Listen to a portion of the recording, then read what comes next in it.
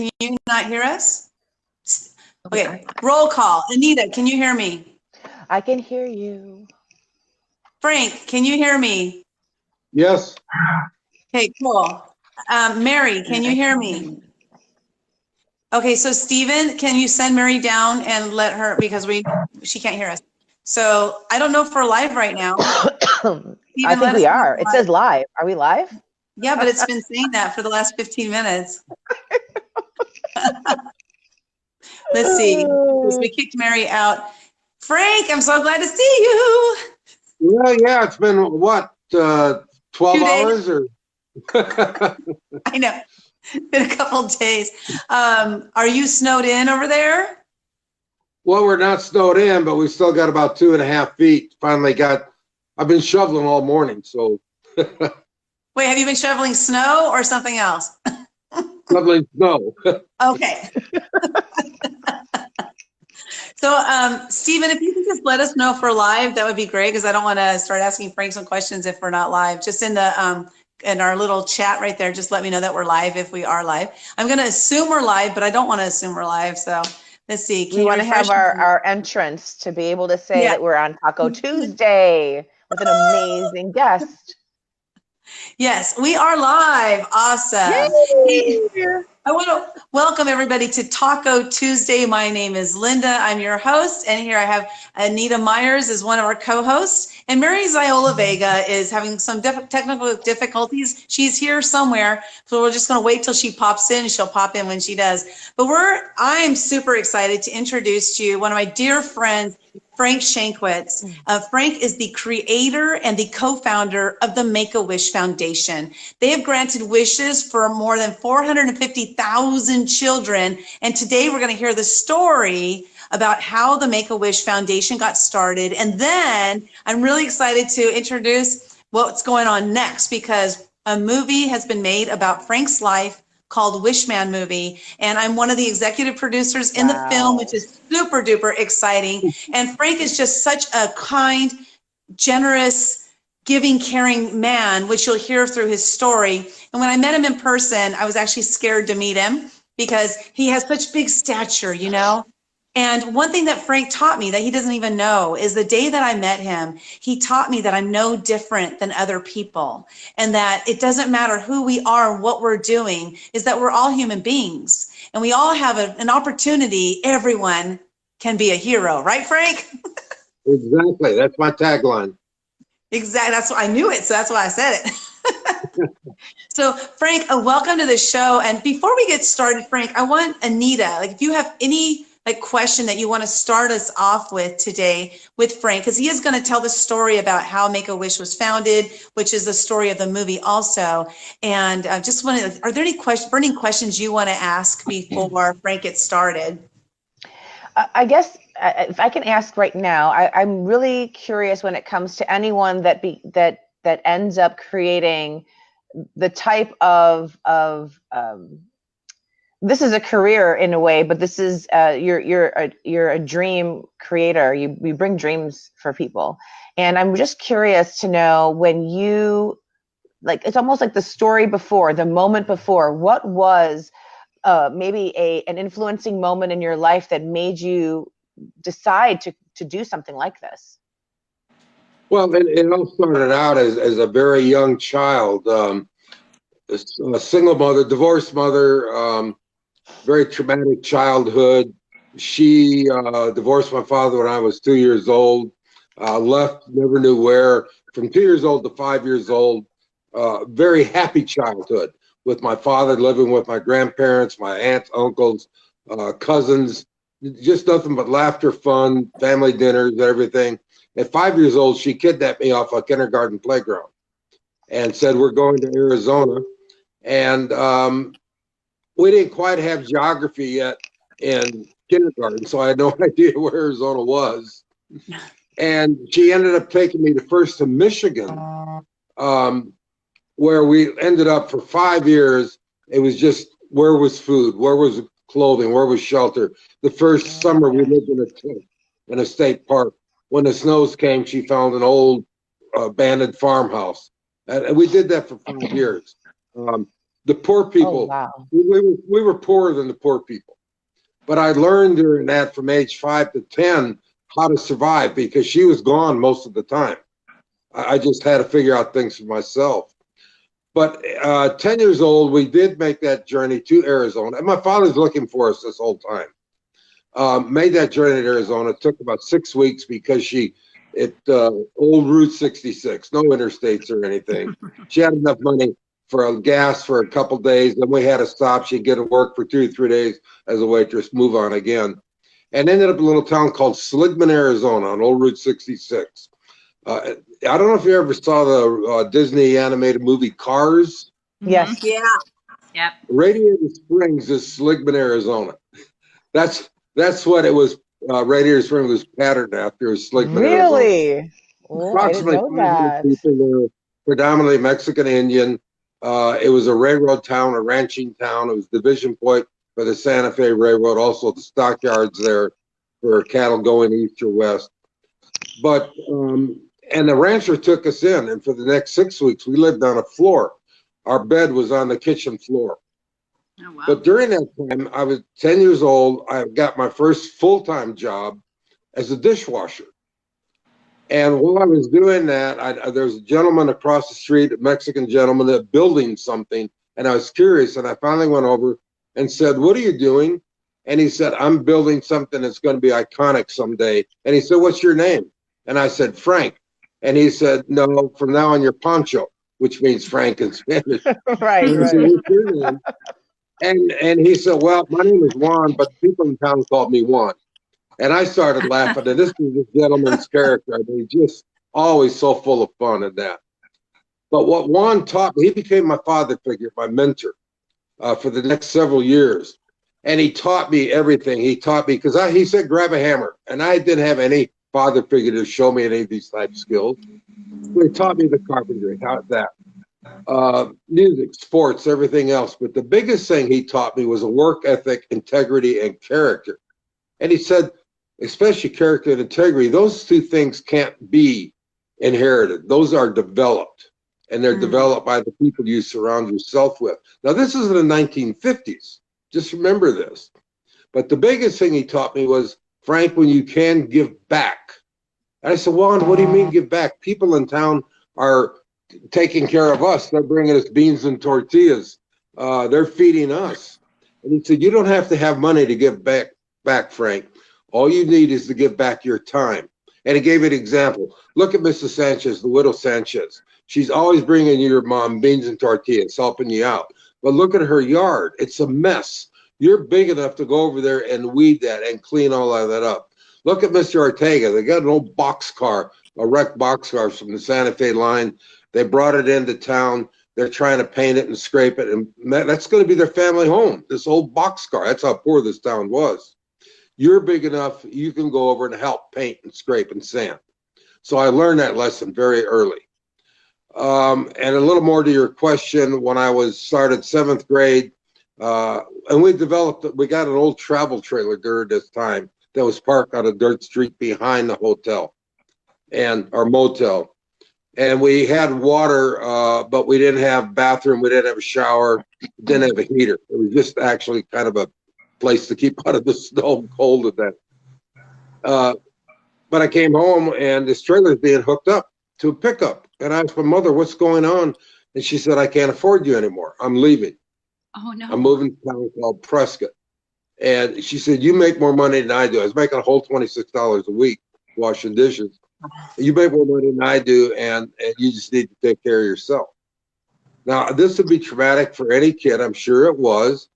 And it was to me somewhat, because I never had a real close relationship with my mother at this point. But I went to Juan and I said, "What am I going to do?" And he said, "I know what happened, Frank." And he said, "This is a lesson you always have to learn. Turn that negative into a positive." That's a popular term today. But think of this now. Remember, this is in the 50s. "Juan, what do you mean? My home just went down the road. How is that?" He said, I've arranged for you. You're going to live with the widow Sanchez." And he said, "Here's the positives. You lived in an old crummy trailer. You didn't have a bedroom. You're sleeping on the couch. For the first time in your life, you're going to have your own bedroom, your own bed. You didn't have bathroom facilities in that trailer. You've got your own shower, your bathroom in this house. Another positive, she's the best cook in town. Well, there was no arguing about that. And the biggest thing, the positive from the negative, the positive, was she got the first television set in Seligman, Arizona. Oh, black and white, obviously. But Mickey Mouse Club and that, wow. I mean, Yeah. and that was great. And again, during these 2 years from 7th, 8th grade, he got me introduced to sports. I'd never played any type of sports. They didn't have little leagues or anything in these little towns. And especially got me involved with basketball. And the coach, I was already 6'1", and by the time I was in 7th grade, Wow. the coach right away grabbed me on the side. These coaches mentoring me, one-on-one practicing, teaching me the fundamentals of the game, and really enjoyed that. And then when I started high school, my mother called me and she said, she came up to town and she said, I need you in Prescott where I live. I can't afford it. I need you to go to work. You're going to pay me room and board, but I need your help. Now, she's my mother. I respect her. I will do that and help her. But again, moving to Prescott, the teachers, the coaches, everybody else, my employer working full time, helped me out. And I always remembered that. So many people influence your life, teach you that character, teach you that integrity, teach you that work ethic. That's so cool. Wow. He sounds like an angel on earth. He's your earth angel. Oh, yeah. And I was so happy on Juan to have his character featured in our Wishman movie. Okay. He passed away about 5 years ago, but I still have close contact with his children that still run a Iconic Snow Cap. So we made sure we got him in the movie. But following high school, I went to the Air Force, Vietnam era veteran, not a combat veteran. Thank you for your service. Thank you. And following the Air Force, Motorola in Phoenix, Arizona was looking for Vietnam era veterans. And this is kind of funny, Lynda. The reason they're looking for the veterans is this is the age, this is now the mid-60s, sex, drugs, rock and roll. And this is the Atlas missile program. And they're looking for people like, number one, can pass background checks because this is all federal contracts. They're looking for, again, that work ethic. The college graduates, the engineering graduates that were applying could not pass a drug test. Oh. I mean, the majority could not pass a drug test. You can't be hired. And I had never gotten involved with drugs. The majority of veterans that I knew had never got even marijuana or anything like that. So Motorola hired us, and it was the best move right then. I used my GI Bill to go to college. Motorola sent us to separate classes. My teachers got a kick out of this. I ended up being a statistical engineer because I had failed algebra when I started high school and got private tutoring so I could make sure I got through high school. And what we were doing was getting samples of components for the missile program and trying to determine a failure rate, how long would these parts would last. And this is before computers. I mean, everything was on a chalkboard. There wasn't even handheld calculators, slide rules, if everybody remembers. Wow. A great job at Motorola, great career. I worked there for 7 years, but I got very bored. I'm a small town guy, and it's a suit and tie. I understand that. I mean, the wages were fantastic. But some of my friends from high school had joined the Arizona Highway Patrol. And they kept after me, Frank, why don't you apply for the Highway Patrol? I said, guys, I can't do that. I said, well, you make in a month, I make in a week. And I can't afford that job loss, that monetary loss. But I just kept thinking about it because I'm kind of an adrenaline junkie. I don't like living in the Phoenix area. Just on a whim, I applied for the patrol. During that time, there was 1,000 applicants that applied. Only 50 were accepted because, again, they couldn't pass a drug test. So this is kind of strange today when it's all normal. But, and I was asked to go to the academy, and I thought, what the heck, let's give it a shot. Went to the academy, best career decision I ever made, because 42 years later, I'd retired as a homicide detective. Oh, but wow, that's amazing. What? I'm just. This all leads up to the Make-A-Wish Foundation. I was stationed down in Yuma, Arizona. My first assignment as a car officer. And while there, the football I still went to college classes, just trying to keep up my credits. And the football coach at college says, I know you're coach in Prescott High School where you were. And he said, have you ever heard of Special Olympics? No, coach, I haven't. What's that? He explained the program to me. He said, Frank, I'd really like you to help the kids out with the basketball throw, the softball throw, the football throw. He says, I think you're going to like this. Well, coach, I'll do it on my spare time. Sure. I love that program. I love that kids. Just so much fun working with them. They're so appreciative of everything you're doing. But I started thinking, Juan, I think I'm starting to give back. This is the first opportunity I had to give back. In 1973, the Arizona Highway Patrol started a motorcycle tax squad. And they asked me if I would apply for that position. And it was going to be, the tax squad was going to be based out of Phoenix, Arizona, which I didn't want to go back to. But they said, you're going to be assigned all over the state, 2 weeks of one town, 2 weeks of another, a 10-man team could be partnered up. And I thought, well, that kind of sounds like fun. That's an adventure. Went through motorcycle training and passed. Now, this is a period of, anybody remember the TV show Chips? Yeah, Yes. I And do. there you go. Well, you're showing your age. You're waving your hand. You're showing your age. And the people don't know, Chips was a very popular NBC television show about the adventures of two California Highway Patrol motorcycle officers, Ponch and John. Yeah. Eric Estrada and Larry Wilcox were the stars of the show. And the kids, age 7 to 14, 15, even the girls loved this show. It was very popular.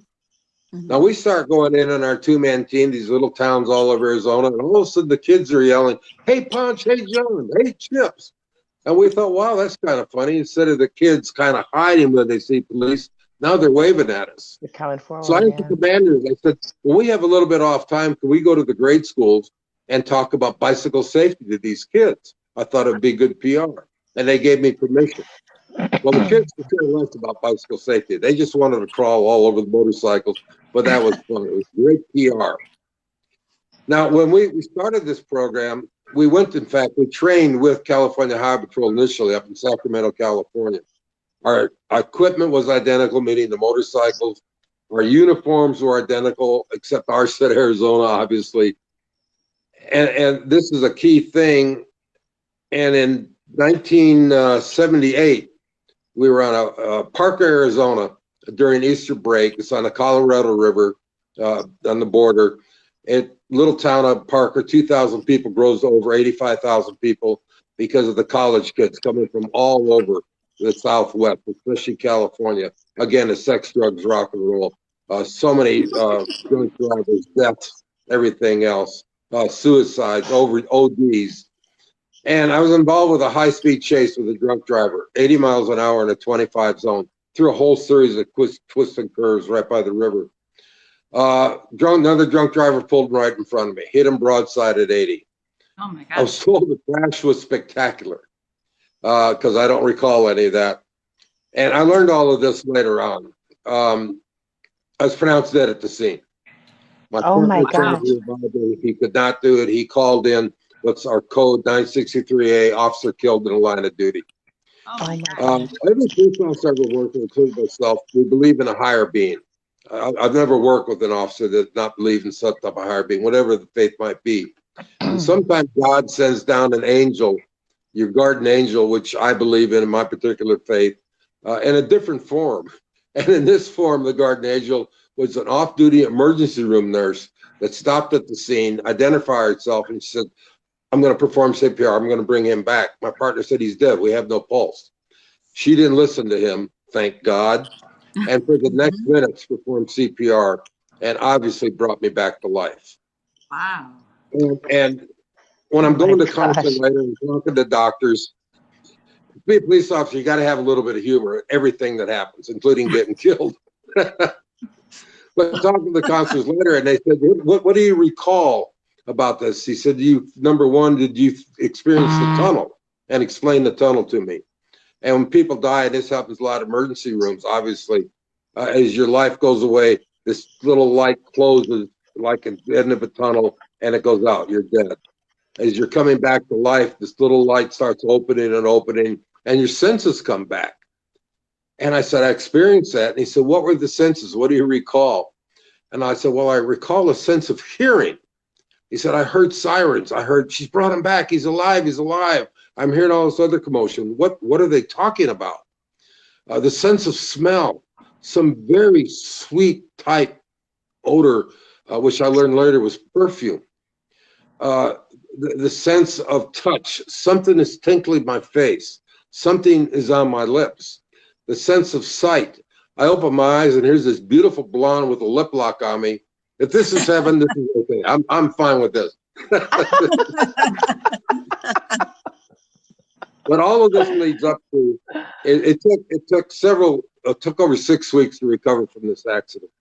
Traumatic brain injury, skull fracture, broken bones, missing skin. And I had to go through counseling and therapy, obviously therapy, but also counseling to make sure I'm okay to go back to work.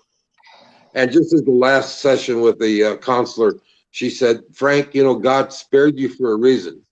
You need to find out what that reason is. 2 years later, I found that reason. I'm up on patrol in northern Arizona. I get a call from the dispatcher, check out on the telephone. Now, folks, this is 1980 now. There's no cell phones. You can find a payphone. So it's 40 miles to a payphone. I call in, Frank, we've just learned there's a 7-year-old boy named Chris. Chris has leukemia. Chris only has a few weeks to live. Chris's heroes are Ponch and John from the television show Chips.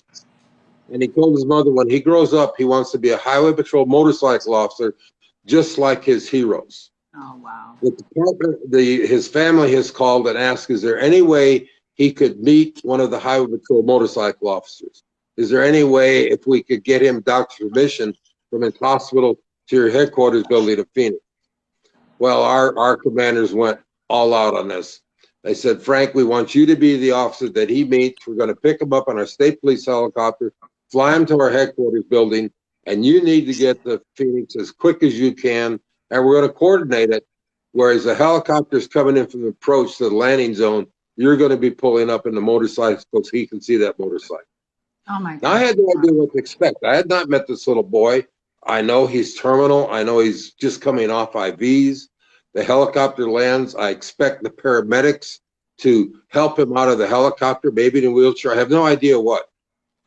Helicopter door opens, little red pair of sneakers jumps out, runs over to the motorcycle. Hi, I'm Chris. A high five. Can I get on your motorcycle? Well, yes, you can, Chris. Now, this little boy watched Chips so much.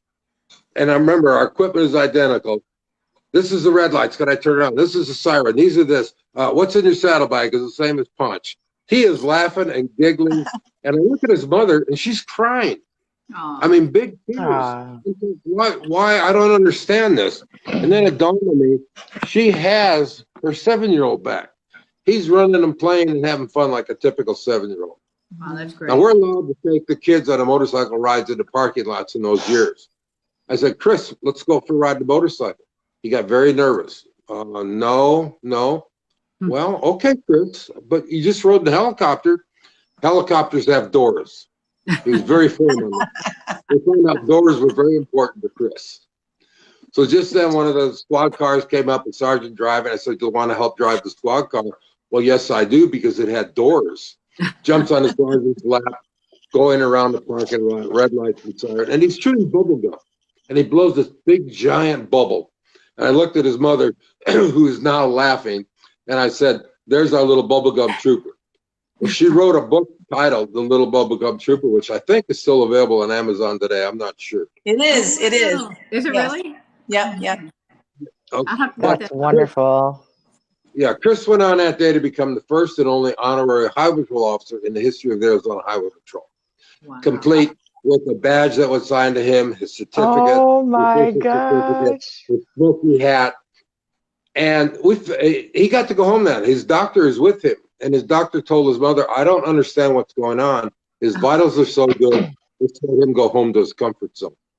Oh, wow. Now, we had felt good about what we did. But one of the officers said, you know, we have a highway patrol, but he needs a uniform. And in those days, the uniforms were custom made at tailor shop in Phoenix. We go to the tailor shop just as the closing. Ladies, we have this little boy, 7 years old. He's about this wide, this high. Can you make a uniform for Chris? They spent all night working on this uniform. I get permission the next morning to leave several motorcycles, several squad cars into his neighborhood to present the uniform. 8 in the morning, red lights and siren. You can imagine the neighbors, right? What's going on here? Chris goes running out. He sees us. We hand him his uniform. This little boy's a quick change artist. He runs in the house and comes out just strutting. He's got on the smoky hat. He's got on aviator sunglasses. It's as proud as can be. And he comes over to me and he starts moving the wings that a motorcycle officer wears on a uniform. And he says, the first time I heard this now, he said, I wish I could be a police officer. And that's the first time I heard that word. A motorcycle officer, I'm sorry. And I just started teasing Chris. I said, well, here's the training we go through. And it's a shame you didn't have a motorcycle because we put up traffic cones in your yard and we train you right now. This little boy's a step ahead of me. Runs in the house, come riding out on a little battery-operated motorcycle that his mother got for him and placed in the wheelchair. He's got on the helmet that we had given him. He's got on the aviator glasses. But motorcycle officers wear the high-top boots. His mother had got him a pair of what we call on the ranch the high rubber mucking boots with a pants leg tucked in. He's serious. I'm ready for my test. He goes through the combs and comes back. Did I pass? Goodness. Yes, you did, Chris. Am I a motorcycle officer now? Yes, you are, Chris. When do I get my wings? Well, Chris, there's a special order. It's going to take a jeweler a couple days. It's just not something on a shelf. They cast them special. He got to stay home again for the next couple of nights. 2 days later, I pick up the wings. Just as I pick them up, I get a call, get to a telephone. I get to the telephone. The dispatcher said, Chris is in a hospital, in a coma, probably not going to survive the day. You have permission to go to his hospital. I go to the hospital. Just as I walk in the room, Chris is in a coma. His uniform is hanging right by the bed. Just as I pin the wings on a uniform, Chris comes out of the coma. He looks at me and he says, am I a motorcycle officer now? Yes, you are, Chris. He asks for his uniform. He's rubbing the wings. He's got a little weak giggle. He's showing his mother. He goes back just to sleep, and it was in the back of the coma, and a couple hours later, he passes away. And I always like to think maybe those wings help carry him to heaven. Our commanders learned that Chris was going to be buried in a little town of Kewanee, Illinois.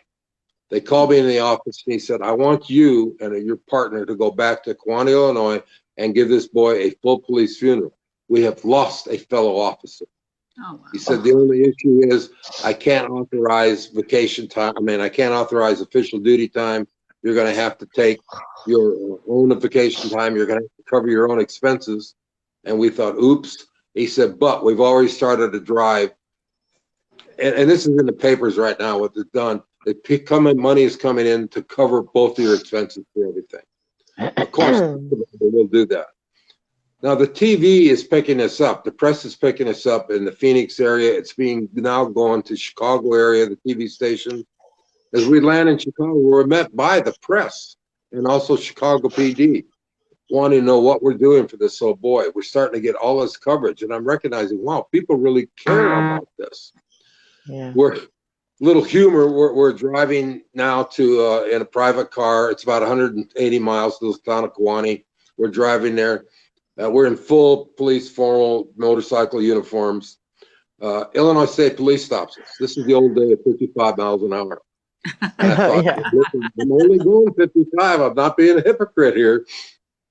Trooper comes up and he says, now, and he's kind of smile on his face. And he said, are you guys from Smokey and the Bandit, Beaver-T Justice, and Hot Pursuit or something? If anybody remembers that movie. And he said, I saw you guys on TV. I recognize the uniforms. He said, this is before GPS days also, or internet or anything. And he said, I'm going to lead you to the end of my jurisdiction. I've called ahead. The next super is going to pick you up, and we're going to get you right to the funeral home so you don't get lost or delayed, which they did. What he did tell me is when we arrived at the funeral home, he had notified his commanders. We were met by several Illinois State Police, City Police, County Police, all that wanted to help bury this little boy, this little trooper. Chris was buried in uniform. His grave marker reads, Chris Gracious, Arizona Trooper. Wow. Coming back, flying back to Arizona, I just started thinking, here's a boy who had a wish and we made it happen. Why can't we do that for other children? And that's the idea when the Make-A-Wish was born about 35,000 feet over Kansas or somewhere, that we're going to start this foundation and we're going to grant wishes. And that reception, that's how it started. Wow, that's an amazing story. Wow. Yeah. Are you guys that's able about to the hear, are you story. able to We'll go hear the story Mary? about- Pardon? Before we go any further, are you able to hear Mary? Say something, Mary. I'm saying something. Can you hear me? I'm saying something. Hi, Mary. Okay, cool. Right. I don't Cool, because see we you. were having problems with hearing Mary, so I want to make sure. So, okay, good, good. Well, Frank, that was an amazing story. Wow. You know, Frank, sir, I'd like to tell you that before we even went live, I excused myself to go get a box of tissue because it's Chicago and the weather is just not so fun. But, you know, I ended up using it for a completely different reason. The story is so beautiful, and obviously it just touches my heart. And I love the whole journey that you had gone on for what happened with your heart and how it really was filled. Every time there was a situation that took place in your life, someone like Juan, he filled your heart where you needed the filling. And, you know, you in turn did the same for Chris. And it's just beautiful, everything about it. That's, to me, that's humanity. And again, never feel sorry for yourself. Some things are bad, but it's up to you. It's up to you to finally make it good. Amen. Yeah. Yeah, and we all have these issues that wish we did happen in our life, but just turn it around. That's right. Just turn it around all the time. The hardest thing about all those negative things come positive, and all the positive become positive stuff. Exactly. Now, how to start a foundation? I had no idea. I'm a police officer, and when the biggest thing was finding people who were interested. I went to everybody that was involved with this, told them my idea. Everybody said, this isn't going to work. Who ever heard of anything like this? Right. When Chris's mother finally came home, I told her the idea. Oh my God, yes, I want to be involved in this. In Arizona, to start a nonprofit, and most states, but in Arizona, you have to have 5 members for the Corporation Commission, your president, CEO office, and so on. So I had 2. But finding those other 3 people, it took me several months. Again, nobody likes this idea. And it won't work. Well, what does Juan say? Turn that negative to the positive. We're going to make it work. And we finally did find those people. And how do you start a foundation? Again, remember, no internet. You go to the library. Yeah. Any listeners may remember library cards. You go through. The card catalog. Yes. Oh my goodness. Well, that is the coolest. So we finally, and with the help of an attorney that was a very close friend, and that's not an oxymoron. Attorneys can be friends, by the way. That helped us file a 501c3.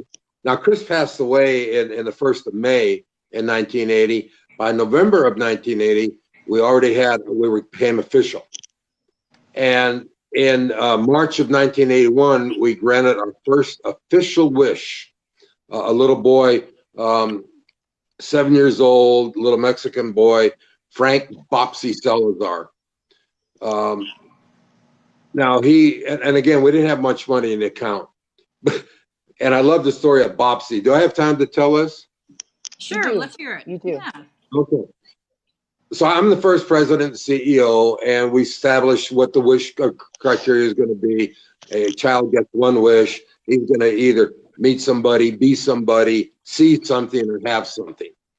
And I'm his wish granter. The wish granter is the one that goes and actually interviews the child, not the parents, with permission of the parents, obviously, to find out what his wish or her wish might be. So they live in a very poor section of the Phoenix area, Guadalupe, Arizona. And I borrowed a patrol car to go out there. And the mother, single mother, divorced mother, was very embarrassed for me to come in the house because the house was still dirt floors, no indoor plumbing in our house. I said, well, that's better than I had as a kid, but still. So Bopsy came in and sat in the patrol car. And he's very stoic. And his mother explained to me that the Catholic faith at their particular section, he was going through his manhood rights, even though he's only 7 years old. So he can't show emotion, very stoic. So I just started talking to Bopsy, explaining what we were doing and that. Bopsy, if you ever had a wish of something you wanted to see or do or be or have, what would it be? And he really started thinking about that. He was deep in thought, and he says, just all of a sudden, I want to ride in a hot air balloon, because he'd seen them going over the area. And I thought, wow, that's easy. The friends I have up in Prescott have a hot air balloon. This is going to be snap. He said, no, no, no, no. I want to be a fireman. I'm in police uniform. And I said, a fireman? You're sitting in a police car, you want to be a fireman? I got a smile out of that. And I thought, wow, that's easy. My girlfriend's brother is Phoenix fireman. We can do that. And he said, no, I want to go to Disneyland. And I thought, oops, we had never really thought about a travel wish that far, even though it's only 400 some miles from Phoenix to over to Disneyland. I said, okay, well, let me go back and talk to the board about this, and then we'll talk to you. Not the board, but I didn't tell him that. And I did go to the board, and I said, now, we only grant one wish. I said, but we're going to grant all three. We're going to break the charter right now, because we're going to get so much press out of this that we're going to go nationwide with the coverage on this. The riding the hot air balloon, that was so easy. Friends get up. The press, local press, picked it up immediately. We're splashed all over. The Phoenix Fire thing, Phoenix Fire went out of the way, not only just have him go to the fire station, they made him the little turnout coat, the helmet, his size. This boy had so much fun. Against the press is all over this. Disneyland. The secretary keeps calling Disney PR department. It says public relations department. We have this little boy, 7 years old. We're Make-A-Wish Foundation. What we'd like is free admission into the park. And also, if he can get in front of the lines. This boy's in a wheelchair. He's very ill, probably only a few months to live.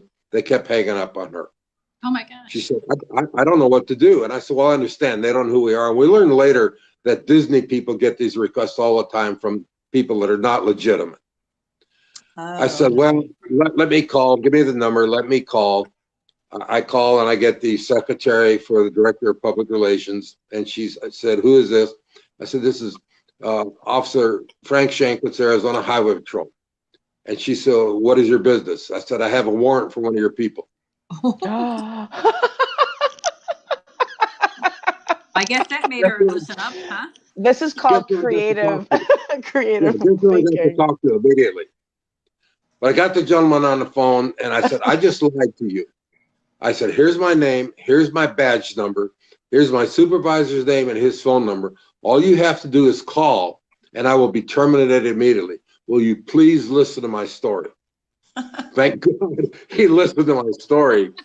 Now, Disney being one of the biggest we're almost 39 years old now, the foundation, sponsors for the 39 years. So I tell people, sometimes you have to lie, but sometimes you have to qualify that lie a little bit.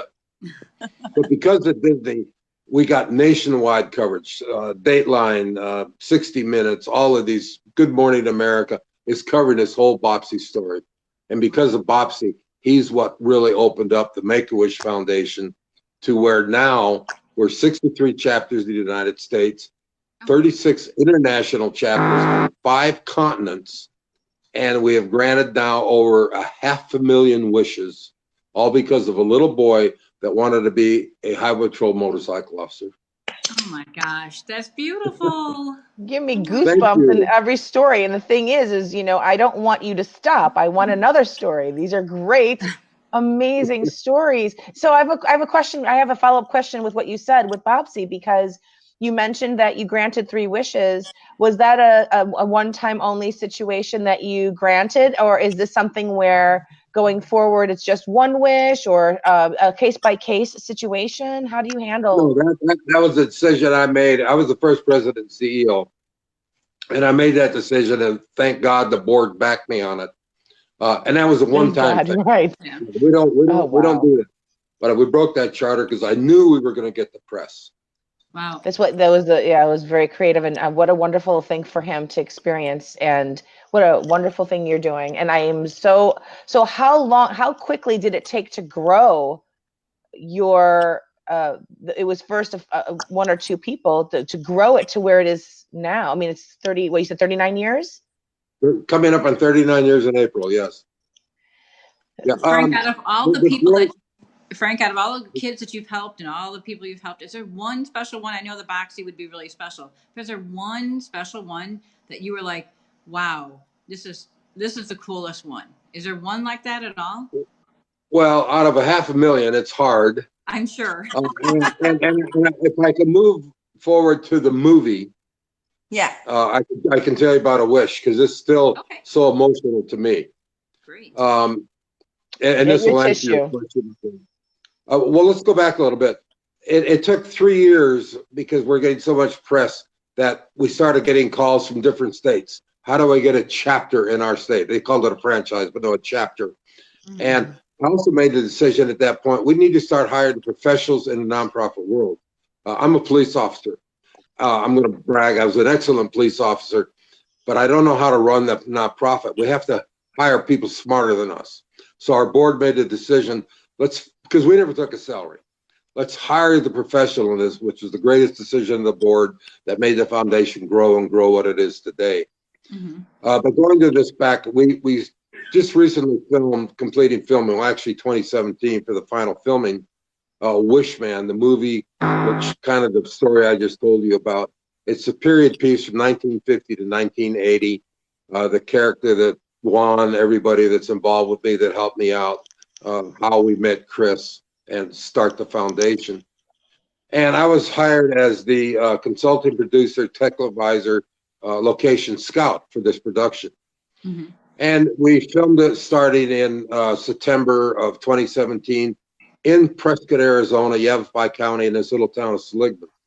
Arizona doesn't get film credits, and they wanted to film this movie in New Mexico, because New Mexico gives great film credits. Majority of movies you see are filmed in New Mexico. Oh, wow. And I lobbied very hard to get this movie filmed here. And because I know so many people, I said, there's a warehouse over here. It belongs to the county.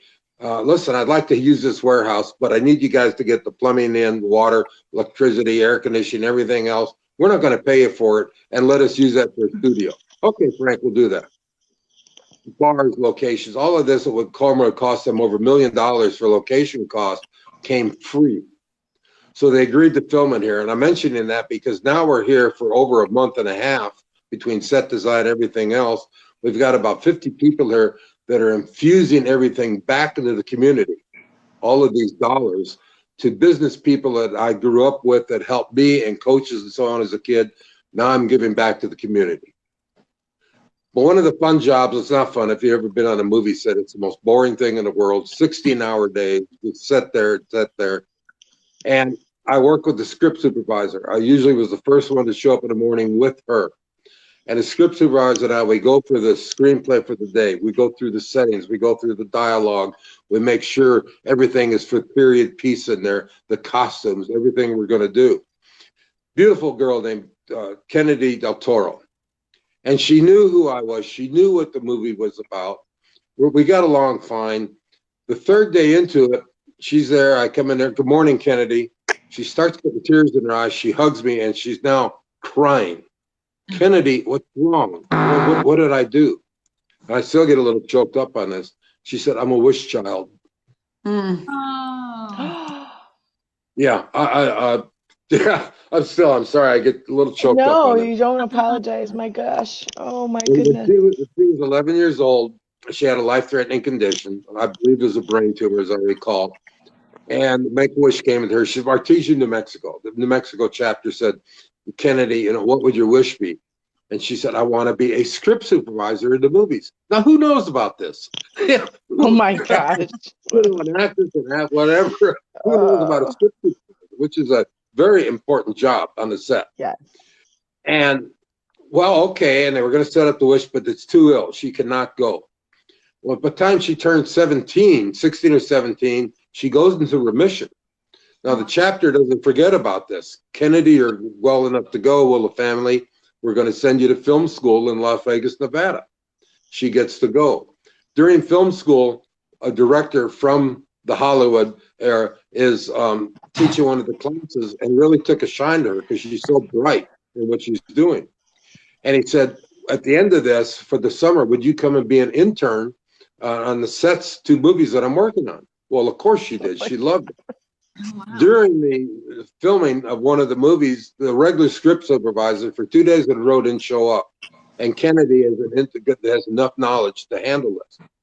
The director says, 3rd day, Gala doesn't show up again. She's fired, you're hired. This girl is all over the world on movie sets. And the biggest thing, we're so close friends, we stay in touch constantly. Wow. That to me is just the greatest thing, one of my greatest paybacks ever. Wow, there's so many of them, but this closeness to this, especially associated with movie.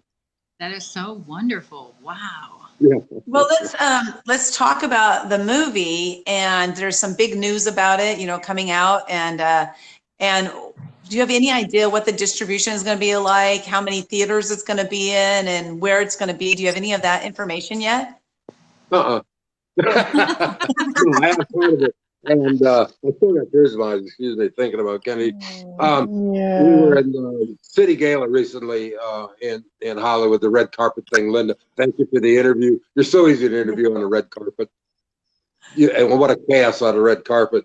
But our producers, studio owner Greg Reed was there also, and our executive producer Mark Gold. And one of the nights we finally went to dinner so we could talk about this, and I got the news that we have been picked up by a distributor. Now, you can make all the movies you want, but it sits on a shelf until the distributor buys it and gets it in the theaters. And I don't have all the exact information, but the release date is going to be June 7th of this year. They're going to start out in what they call, yay, Lynda, executive producer. They're going to start out in the Bible Belt area because this movie is kind of a faith-based on the thing of The Blind Side, Rudy, etc. And they want to do it in that market first. And then from there, they're going to expand all over. And September 15th, they're going to do they've already signed a contract for DVD release through the Walmart, Sony's, Amazon, et cetera, et cetera. So that's wonderful. We're all over the place. Where it's going to premiere, we don't know that yet. That's up to the distributor. So after all this time, and going back a little bit, and Lynda, in October of 2018, I got a call from Mark Gold and Greg. You need to be in Hollywood tomorrow, and I'm in Sundance on a thing. And what's up? He said, we're some award ceremony called Arts for Peace. They're viewing films and are giving awards for new films for inspirational, faith-based, and so on. Well, okay, we go over there, we rock the red carpet. All of a sudden, they announce Wishman is the winner for the best inspirational film of 2018, and we're not even in theaters. Yeah, exactly. Oh my gosh. But that led to all of these distribution type people that all of a sudden, wow, we're really going to look at this now. And it's exciting. It's flattering. It's trying to be humble about it, but I have to admit it's very exciting. well deserved. What a wonderful, incredible story. I feel speechless about so much, and yet I have so much I would love to just continue doing. And I know we're getting short on time, but I'd like to ask one more. I know I'm asking questions right and left. I'm sorry, I can't help it. And I do want to, really, really quick question, right? Because you need to wrap up. But yeah, go ahead and ask your question. Then I want to end this. I want to share with you guys like how you can find out more about this. So, okay, my quick question to you is I'd love to know what message you'd like to send out to those people that are watching now who aren't aware of Make-A-Wish Foundation and the stories that you shared. If you could leave a mark on society, what would you want to say to everybody? Well, my tagline since Juan's day, what he taught me, and is the tagline in the movie: everyone can be a hero. Give back to your community, help somebody out. If people need help, help them out. And you can find out information personally about what I'm doing on my website, wishman1.com. It's got information about speaking, how to contact me for speaking events, where I'm going to be next. My book sales, Wishman, which was the book that the movie is based on. And Lynda, you've got the other information. Yeah. Yeah, we'll be posting all that up in the description, where you can reach Frank. And then also, if you want to connect with him, find out the information on him in the comments below on the Living Live Inc. page. You have to be on that page. Type the word talk, and you'll be able to connect with Frank. You'll be able to connect with anybody who has been on the show as far as the interviews. You'll be able to connect with us as well. But and I knew it was going to be everyone could be a hero, Frank. I knew it. It's what I want to share with the audience here is that I've known Frank now for 4 years, and really he was very instrumental to me realizing that no matter who we are, what we're doing in life, that we all can be a hero. And it really was like me talking to Frank, and being an executive producer in the film has been very, very exciting. You're just getting to have greater connections with Frank and people that are involved in the film. But I've seen the film many, many times, because I've seen it before it had any of the editing done. I've seen it before any music was added. And the first time I saw it, I literally had tissue, and I probably cried about 75 to 80% of it. This movie, like, I've known Frank, right? And then I watched the movie, and I'm like, I feel like I know him so much more because of the film. And Frank, when you share, like, maybe for like 30 seconds to a minute, some of the scenes in the movie are like, it's based on your real life, but it's Hollywood, right? So how much of it is real and how much of it isn't? We've talked about that. Anybody go to the movies, if you ever see on the screen, based on a true story, it's not the true story. Hollywood has to embellish a little bit, or it's going to be a documentary on the History Channel. Yeah. But to answer your question, because we work with the screenwriter, Theo Davies, who's also the director, yes, for over 2.5 years, and I have script approval on that to get this as close as we can to factual. So we've decided it's about 70% is in fact, but some of the locations, some of the things we had to change a little bit because of money issues, the cost, keeping the finances down. But I'm very happy with it. Again, I had final approval on the screenplay itself, and the movie itself, and I'm happy with it. Real quick, the actors that we got on this, they worked so hard. A new group of actors. Andrew Steele from Australia, first time a movie role in the States, have played me over 1.5 years. Worked with me first to get rid of the audio Aussie accent, but he had to go through motorcycle training, then police motorcycle training, weapons training. Worked so hard. Chris Day, plays the young Frank. Christian, who plays the little boy. I mean, all of these actors are phenomenal. And it's really great, to be part of something that it's really this movie. So you guys heard Frank's story right now. He shared the story. And when you see it Hollywoodized, it's really cool, because now that you heard his story here, and when you watch it on the big screen, and I'm really hoping that you'll go out and watch this movie, because it's really an incredible story. As many times as I've seen it, I still cry every time. And Frank, okay, when we watched the premiere, we were at Greg Reed's house. He mentioned Greg Reed, he's the one who granted Frank's wish, to have his story told. And we were at Greg's house watching the movie. There were probably about 30 or 40 of us. And Frank, did you cry? Well, I had something in my eye. Yeah. And what it was a spirit. And it's so surreal, and especially during the filming, but then watching it on there. But especially during the filming, I'm watching certain scenes that are me, movie Frank, taking place.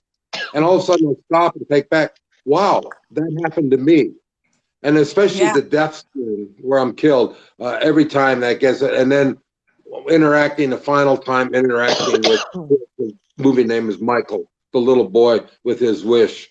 I get choked up on that every time. Wow. Yeah. And it's just a great. The actors did such a great job that I'm even watching it and getting emotional. Yeah.